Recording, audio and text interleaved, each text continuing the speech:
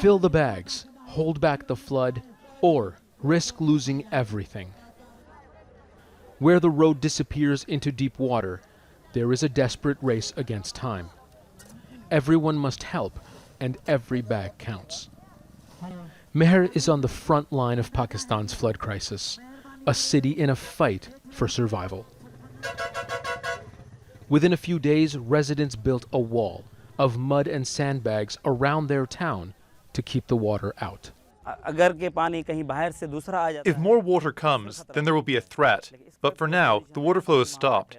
If at some point there is another breach, that would be a risk. But for now, the city is safe. Optimism in the face of mounting odds, part of the job. But some of the city's residents blame the local government for being slow to act.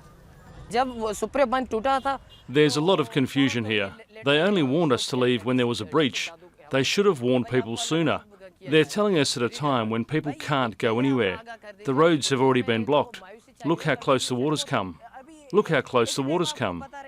Fear of even more flooding has forced some to walk out where they can. And where it is too deep, search and rescue operations are also underway.